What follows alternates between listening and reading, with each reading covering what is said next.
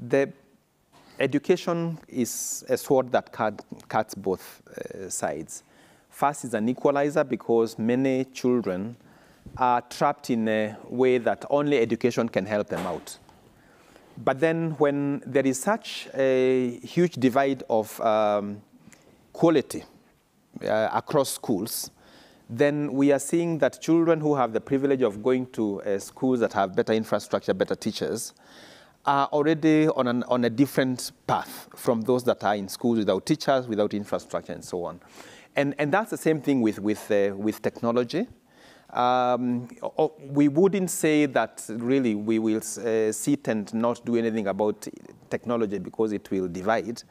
But I think there are certain policies that need to be re-examined, Ayub. I give an example. We have digital literacy now as a competency of CBC. And so every learner graduating from CBC will have digital learning skills.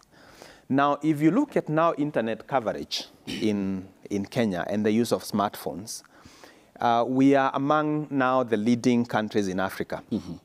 And yet, as we speak, the smartphone is outlawed. If you are caught with a smartphone in school, it's a big crime. You may even be sent home. And we are struggling to buy tablets so that children may have devices. So there are all these contradictions, and I think we need to re-examine our history and where we are coming from. I think we are trapped in a situation where we want to educate our children now in this digital era the way we were educated ourselves. I think if we looked at, for instance, how many households have devices now, even children themselves own smartphones that can be used as devices, mm-hmm. so that the money that we are allocating for digital infrastructure is not for every child. It doesn't make sense. Why should you buy my child a smartphone? They leave theirs home, so that we buy another one at school, and half of the children, because the money will not be enough, as Honorable Mele is saying, it will only cover a half.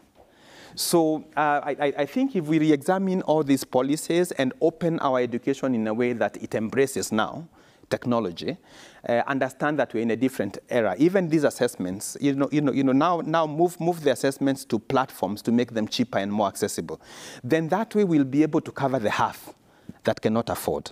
Okay. So when you look at capitation, and I would challenge the parliamentary committee, it doesn't make sense to give all Kenyan children, students, 25,000 for, secondary school. Some proportion of that money, maybe 25%, should be blocked as an equalization fund to give full scholarships to those children who come from very vulnerable backgrounds. Okay. Now we have bursaries.